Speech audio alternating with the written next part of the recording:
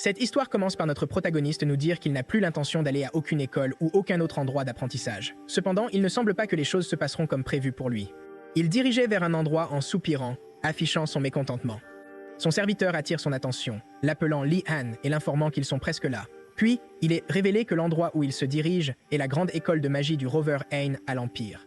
Al Rolong, son serviteur, se fait émotionner en réalisant qu'il est utile pour son jeune maître malgré son vieux chevalier. Al Rolong semble content de ce qui se passe, mais Lee-Han ne semble pas du tout satisfait. Lee-Han est insatisfait de voir que malheureusement, il n'a pas pu se séparer de l'école, même dans une autre vie.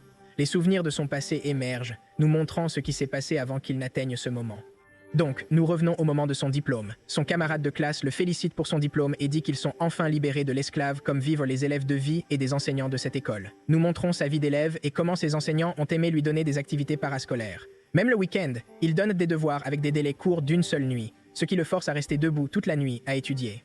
Son régime était terrible, il fallait manger la même nourriture pendant toute une semaine. Son camarade de classe dit qu'il est normal que les routines des élèves soient comme ça, mais que Lee-Han, plus que quiconque, est incroyable d'avoir enduré tout ça. Lee-Han répond ensuite disant qu'il vient de faire de son mieux compte tenu de sa position de blague. Son camarade de classe lui demande s'il ne voudrait pas répéter l'école puisque cela ne semble pas lui déranger.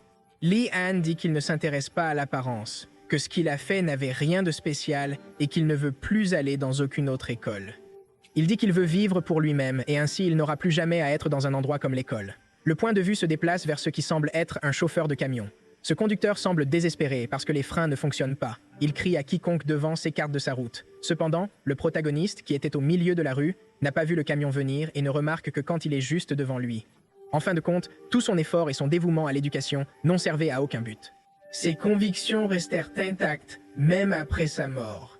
Il se réveille dans le corps d'un enfant, conservant les souvenirs de sa vie passée. Maintenant appelé Léon Wardamis, il est le troisième fils d'une famille de grands mages de l'Empire. Après avoir compris sa situation, il pleure de émotion. Il pense qu'il est enfin récompensé pour la vie difficile qu'il a vécue en étudiant et qu'il a maintenant la chance d'avoir enfin une vie calme et paisible. Cependant, il ne pouvait pas se tromper plus. Dans la maison Wardamis, il y a des règles, et la première est que le premier fils aura toujours tout. Quant aux autres fils, ils doivent trouver leur propre chemin sans les privilèges accordés par la famille. La scène passe à un champ d'entraînement avec un double utilisant 2 épées en bois. Là-bas, Aurora Long et Lee-Han pratiquent l'escrime car malgré tout, heureusement sa famille le soutient au moins à apprendre ce qu'il veut.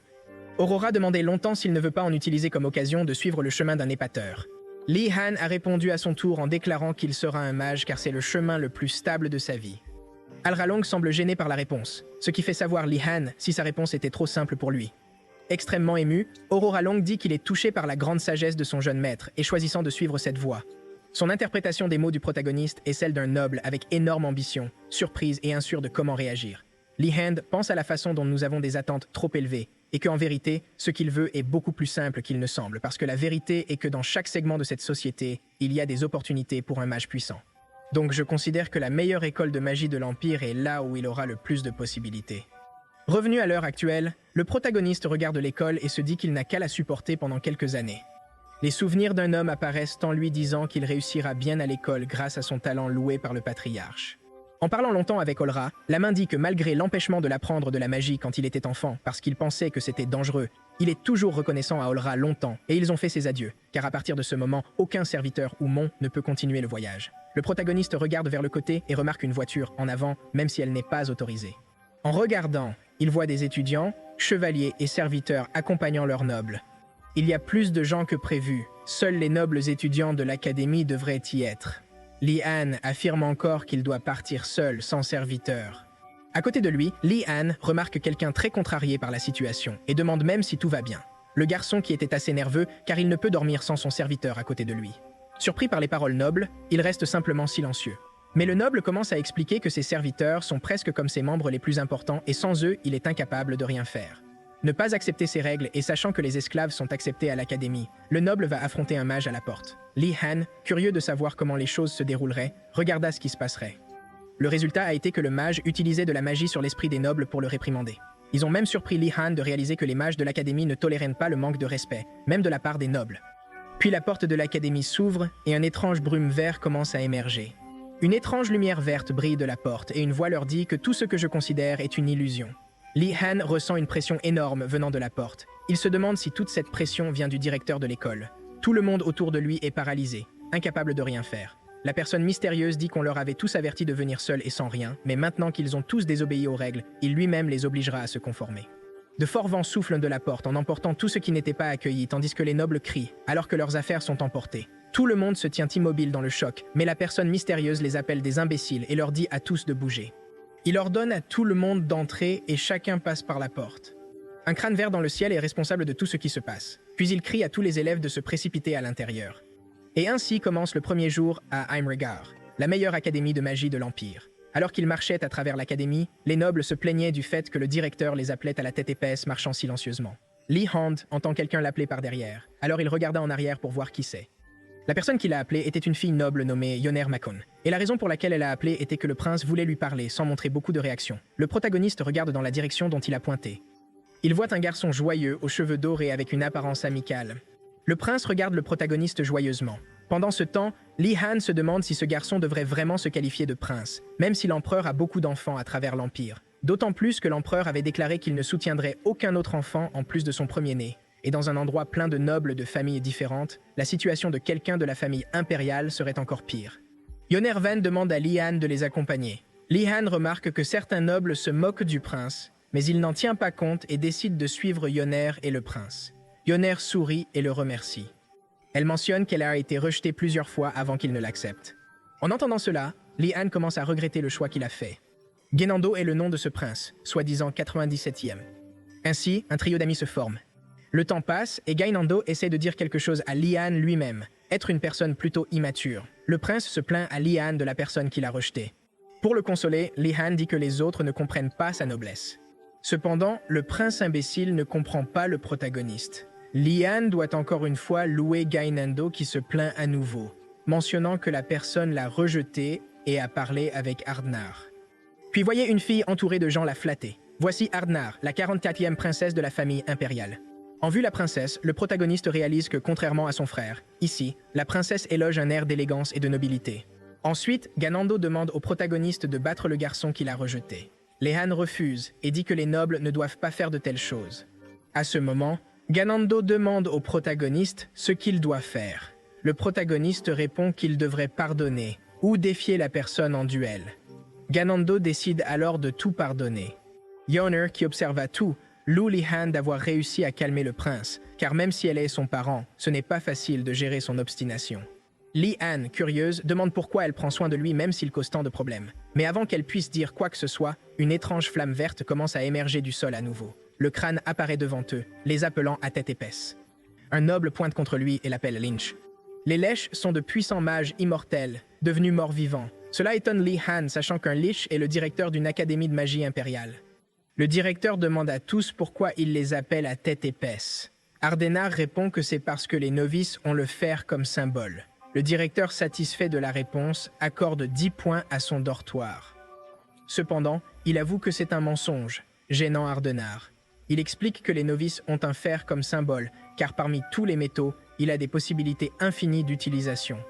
Les élèves sont impressionnés par les paroles du directeur, mais ils se moquent d'eux en disant qu'il mentait. Tout le monde est choqué par les farces du directeur. Lee Han note que personne ne peut répondre à ces moqueries. La densité de puissance magique dans la pièce empêche les élèves d'agir. Étrangement, le protagoniste s'habitue à cette densité, se demandant si le directeur a réduit la pression. Tandis que le directeur questionne ses actions, il remarque une personne réussissant à bouger en sa présence. Il semble que ce garçon soit plus spécial que les autres. Continuant les instructions, il ordonne à tous d'aller vers une porte. Les élèves obéissent et arrivent au réfectoire, où les tables sont couvertes de nourriture. Le directeur leur demande de se reposer et de manger. Tout le monde est impressionné par les repas. Il y a une grande variété d'aliments prêts à être consommés. Ganando est le premier à se servir. Quand les élèves sont prêts à manger, toute la nourriture disparaît à nouveau. Le directeur trompait les novices. Le directeur éclate en rire fort, amusé par l'innocence des novices. À ce moment, le protagoniste se demande si le directeur a perdu beaucoup quand il est devenu un liche. Les vêtements et la nourriture sont jetés sur les élèves par le directeur. Ne comprend rien. Les élèves sont surpris par tout cela. Avec ça, il distribue des uniformes et de la nourriture à tout le monde. Toutes ces réactions sont exactement ce que le directeur voulait voir. Pour atteindre le meilleur de tout, ils devront tout chercher à l'aide de la magie. Donc, la principale règle de l'académie est présentée. Un des étudiants choisit de demander des fournitures à quelqu'un de l'extérieur, mais le directeur explique qu'aucun étudiant de première année n'est autorisé à quitter l'académie ni à demander à ses aînés d'apporter quoi que ce soit de l'extérieur. Avec tout expliqué, le crâne disparaît mystérieusement de la pièce avant de disparaître complètement. Il leur souhaite à tous de la chance et de devenir de grands mages. Après avoir assisté à tout cela, Lehan se rend compte que les enseignants de cette école ne seront pas différents de ceux qu'il avait dans sa vie passée. Il associe même son professeur de laboratoire à la même folie que le crâne. Émerveillé par la similitude, Lehan ne remarque pas que Guinando l'appelle. Guinando se plaint du traitement reçu par le liche, mais Lehan continue de l'ignorer. Ses vêtements et nourriture de mauvaise qualité ne plaisaient pas au prince de l'Empire. Quant à Lehan, qui ne prêtait même pas attention à Guinando, il conclut que cet endroit est en fait meilleur que prévu. Entendant la mademoiselle, Guinando pense à quel point la famille wardenaise est mystérieuse et étrange. Selon lui, il faut être très maltraité pour être satisfait de ce type de traitement de l'école. Sentant désolé pour le protagoniste, Guinando l'invite même à visiter chez lui un jour. Sans plus de conversation, les deux se dirigent vers les dortoirs d'Einruigar. Pour empêcher les nobles de se confronter, les dortoirs sont divisés en 4 parties selon leur statut. Vient d'abord la tour du Dragon Bleu pour les nobles de haut rang. C'est là que les protagonistes resteront. La tour du Phénix est ensuite la tour de Phénix pour ceux qui se sont voués à la flamme divine. C'est un lieu exclusif pour les membres religieux de l'Empire. Après cela, c'est la tour du Tigre Blanc. C'est là que résident les familles de chevaliers qui suivent le chemin d'un chevalier et d'un mage. Et enfin, il y a la tour des Tortues Noires, tout connaissantes. C'est le dortoir avec le groupe de personnes le plus diversifié, allant des esclaves aux nobles de bas rang. Pour cette raison, c'est le dortoir qui est le plus discriminatoire de la part des autres. Pour les nobles étudiants, ce dortoir n'a aucune valeur. Cependant, quelqu'un semble étrangement intéressé par eux. C'était Lehan, qui croyait qu'ils seraient d'excellents partenaires commerciaux. Il ne pouvait pas arrêter de penser à la grande opportunité commerciale qui viendrait de se faire amitié avec les gens de ce dortoir.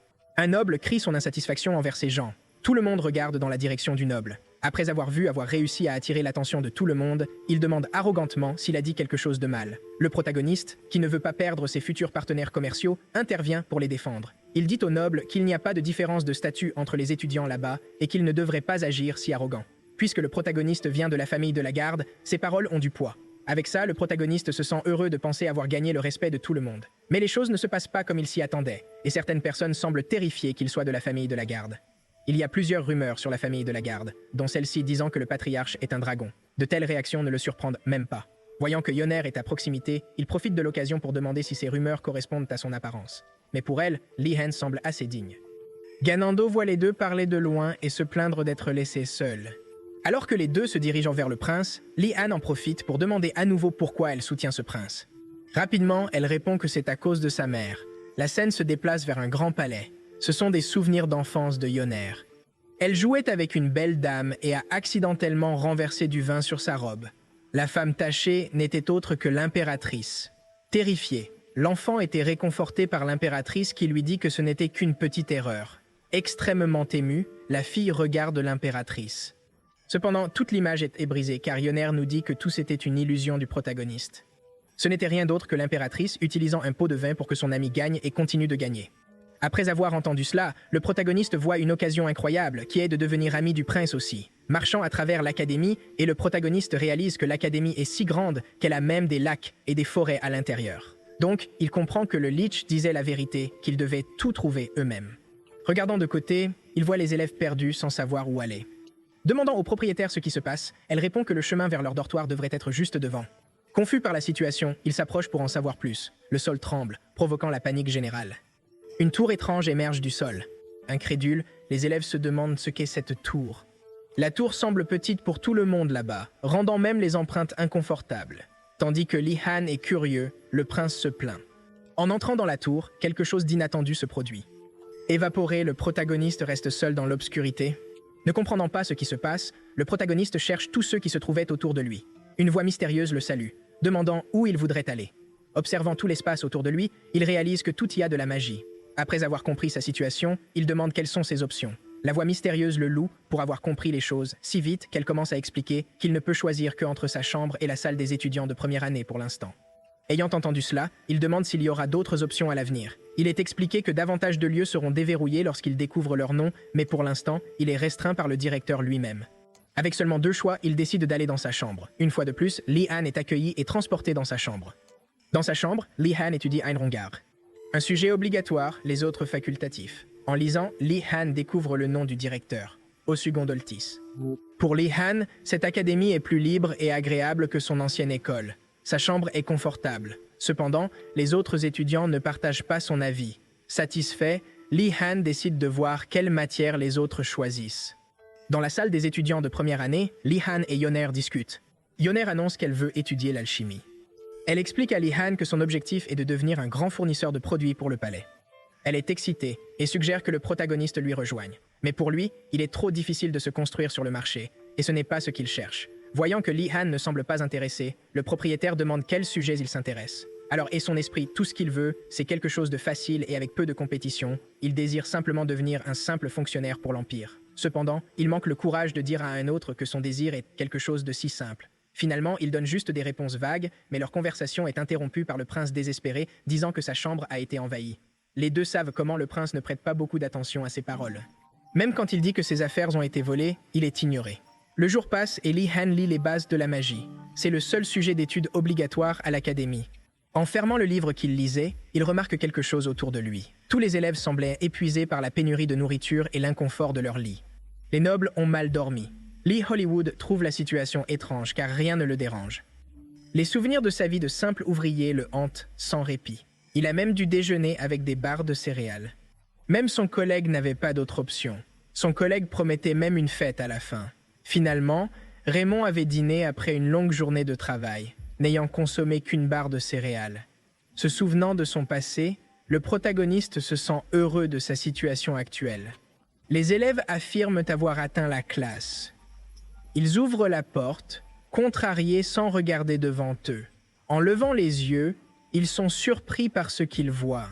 Un élève tombe en arrière de choc. L'autre demande si c'est vraiment une classe. À l'intérieur, un troll bleu les attendait déjà. Dans ce monde, les trolls ne sont que des monstres sauvages. Juste devant eux se tenait un troll portant des vêtements ordinaires. Le troll leur dit de se dépêcher, alors tout le monde prend place. Elle se présente, disant qu'elle est une demi-troll nommée Garcia Kim. Pour calmer les étudiants, elle dit qu'il n'y a aucune raison d'avoir peur, car elle ne rencontre pas des humains. Puis, elle commence à se lécher les lèvres. Son expression devient celle d'un prédateur, disant qu'elle ne ferait rien tant que son estomac est plein.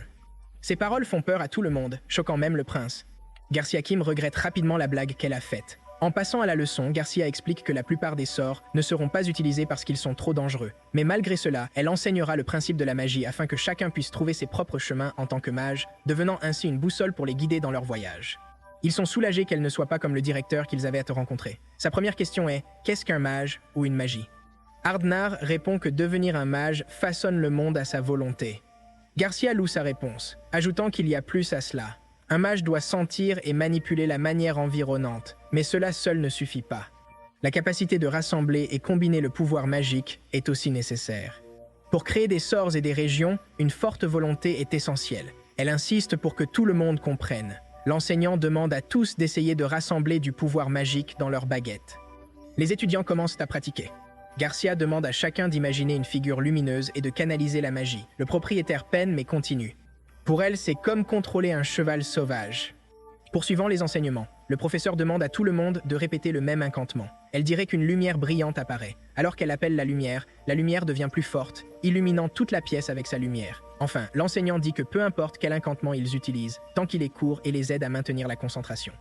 Après avoir combiné les 3 principes de base donnés par l'enseignant, le protagoniste comprend ce qu'il faut faire. Se déplaçant pour pratiquer celui qui n'avait qu'une petite quantité de pouvoir magique rassemblé dans sa baguette pour façonner une lumière brillante, comme l'a montré le professeur. Cependant, vous savez que les choses semblent se passer bien. Cela semble toujours avoir mal passé.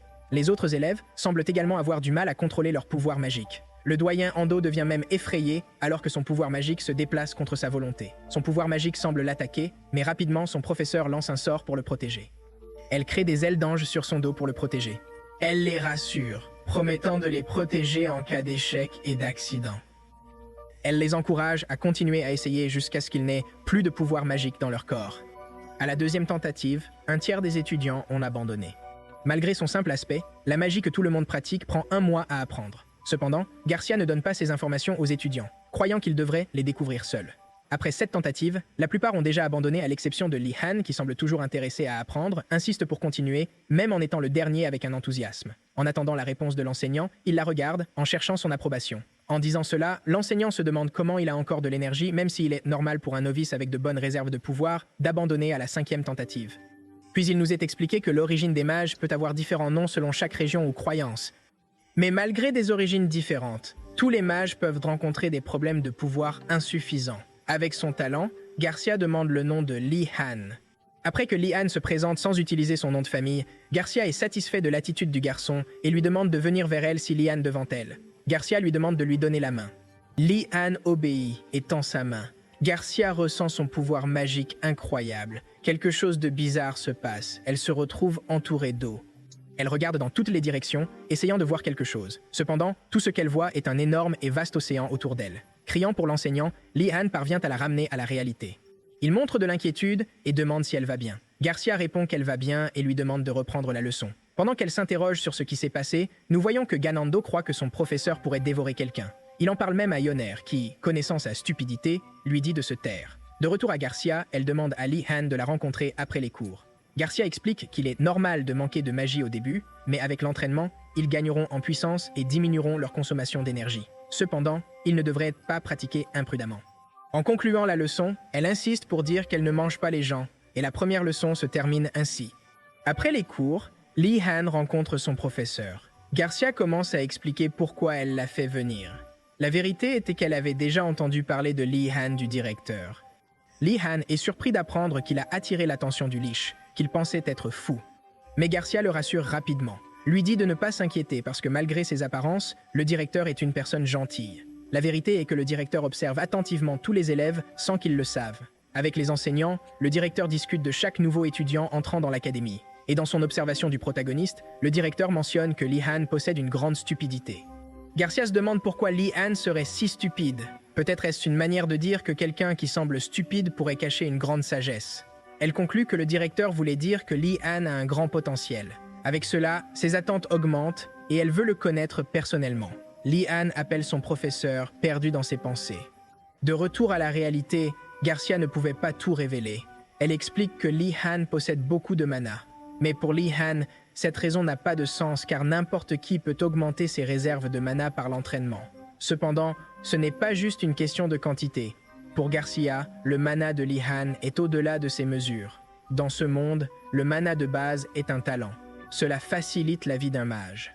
En entendant cela, le protagoniste est ravi de son talent incroyable, mais il est surtout heureux de savoir que cela facilitera sa vie. Garcia ne partage pas sa joie et exprime sa pitié. Confus, la protagoniste demande pourquoi elle ne semble pas heureuse. Elle explique ensuite qu'il y a un problème avec avoir trop de mana. Tout comme il est facile de contrôler l'eau dans une tasse, le mana est plus facile à contrôler lorsqu'il est en petite quantité. Cependant, comme un océan, la quantité de mana que possède Li-Han serait presque impossible à contrôler. Li-Han est choqué par les mots de ses professeurs.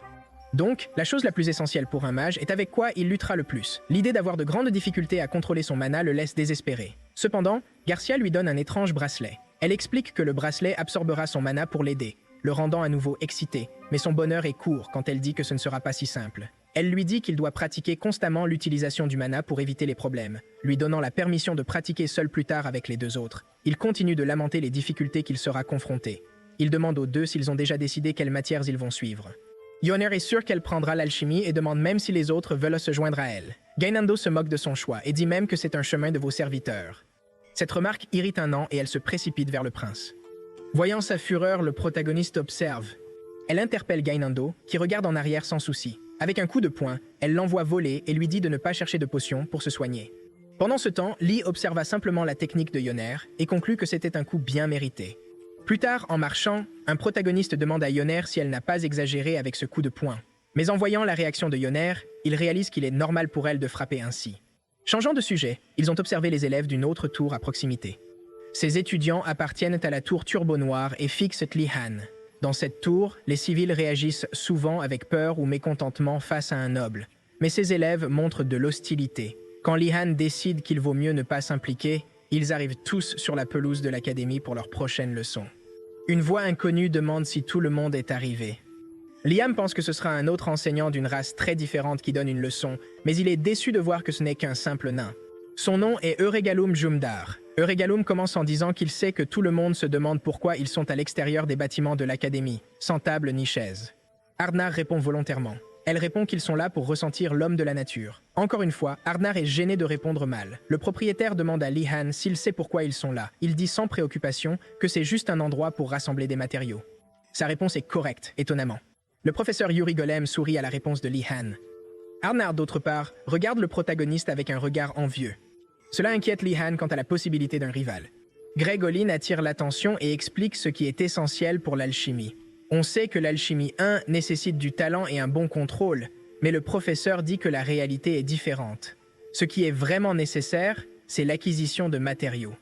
Yoner, qui est la plus excitée par la leçon, a ses attentes brisées en un instant. Ardnar dit que c'est une exagération que quelque chose comme ça soit une compétence fondamentale de l'alchimie lorsqu'on peut cultiver ou acheter les matériaux. Certains étudiants se demandent si cela est vraiment si important pour l'alchimie. Entendant cela, votre Régol se met en colère et dit que tout le monde est épais parce qu'ils ne connaissent même pas les bases. Rigolom explique ensuite à tout le monde que seulement 10% des matériaux peuvent être cultivés personnellement, tandis que les herbes médicinales des aventuriers sont souvent inutiles à cause des mauvaises méthodes de collecte. Il est même scandaleux que des produits aussi sensibles que les herbes médicinales reçoivent un traitement si brutal. Mais il conclut que c'est essentiel pour un alchimiste de savoir les collecter. Fatigué d'expliquer, le professeur Yuri Golem fait apparaître des papiers entre les mains de ses étudiants. Sur ce papier, il y a un dessin du matériel à collecter. Ainsi commencent les leçons pratiques d'alchimie. Li-Han, avec Yoner, discutaient des herbes dont ils doivent collecter. Cependant, Li-Han est assez dérangé par le fait qu'ils aient à rechercher ces herbes dans cette forêt, ce qui semble très dangereux. Considérant qu'il serait risqué de rester en paire, le propriétaire suggère de trouver quelqu'un d'autre pour les rejoindre dans leurs recherches. Et comme il voulait quelqu'un de la même tour qu'eux, le protagoniste suggère d'inviter la princesse Ardenhart. La propriétaire doute qu'elle voudrait les rejoindre, mais Li-Han croit que puisque tout le monde veut la même chose, ils pourraient s'unir. Malheureusement, il est trop tard pour ça. Tous les nobles ont déjà formé des équipes sans qu'ils le remarquent. Même les élèves de la tour des Tortues Noires, qui évitaient le protagoniste, se sont rejoints à elle. Cela rend même Li-Han un peu envieux. Mais contrairement à lui, Princesse Ardenhart est connue pour son intelligence et son talent, ce qui l'a fait une célébrité en dehors de l'académie, l'opposé total de Ganando, qui n'a pas de renommée de prince. Maintenant, il n'y a pas de nobles avec lesquels ils puissent s'associer, donc leur seule option sont les élèves de la tour des Tortues Noires. Même sachant qu'il ne l'aime pas, le protagoniste ne voit autre choix que de s'approcher de l'un d'eux. Puis quelqu'un attire son attention. Cette personne a un symbole étrange sur sa taille, avec une peau foncée et des oreilles pointues. Cette fille est un elfe sombre. Son nom est Nilia et elle venait du nord de l'Empire. Elle faisait partie d'un groupe composé de chasseurs et d'explorateurs. Nilia observait attentivement l'image de l'herbe. Elle affirme que ce ne sera pas difficile pour elle et y voit une occasion de se démarquer parmi les étudiants talentueux. Mais quelqu'un s'approche, attirant son attention. Ce sont Yoner et Li-Han qui se présentent à elle. Seulement en reconnaissant Yoner, Nilia demande ce qu'ils veulent de lui. De manière directe, les deux demandent si Nilia veut se joindre à eux. Cela la rend encore plus confuse. Pour elle, tous les nobles sont pareils. Snob et insatisfait, malgré les bons traitements. Mais Li-Han pense qu'il est plus dangereux de chercher seul si un monstre apparaît. Milia avait nié avoir besoin d'aide, poussant Li-Han à se demander pourquoi. Et avec ça, Li-Han déduit qu'elle pense probablement qu'ils veulent l'utiliser comme appât. Milia essaie de dire à nouveau qu'elle va seule, mais le protagoniste la coupe. Il soutient qu'elle ne connaît pas les dangers de cette forêt, et qu'elle ne pourra pas transporter l'herbe seule, même si elle la trouve. Il conclut en disant qu'il serait stupide de faire cela, ce qui la rend encore plus embarrassée. Il continue de la taquiner, la fait finalement donner. Yoner, voyant toutes ces manipulations, se demande ce que la famille de la garde enseigne à ses enfants. Donc s'ils se dirigent dans la forêt à la recherche de l'herbe dont ils ont besoin, Milia prend la tête, sautant de branche en branche tandis que j'ai une montre de 2 par derrière. La propriétaire est impressionnée par ses compétences de chasse, tandis que Li-Han commente que ses muscles sont bien développés et que ses mains ressemblent à celles de quelqu'un utilisant souvent un arc et une flèche. Elle regarde alors le protagoniste avec une certaine étrange dans ses yeux. Pour elle, Li-Han a une aura étrange, comme s'il pouvait dire ce que les autres pensaient. Mais ses pensées sont interrompues quand il dit qu'il ne savait qu'elle est chasseuse parce qu'elle a le symbole de patrouille ombre sur sa taille. Les deux, j'ai réalisé qu'elle écoutait leur conversation et ils lui ont donc demandé de les attendre pour qu'ils puissent aller ensemble. Melia prétend être autonome et nie avoir besoin d'aide. Li-Han soutient que seul le propriétaire peut identifier les herbes car elle a de l'expérience avec la plante. Devenant de plus en plus agacée par Li-Han, Melia demande quel serait son rôle dans le groupe puisqu'elle est la guide.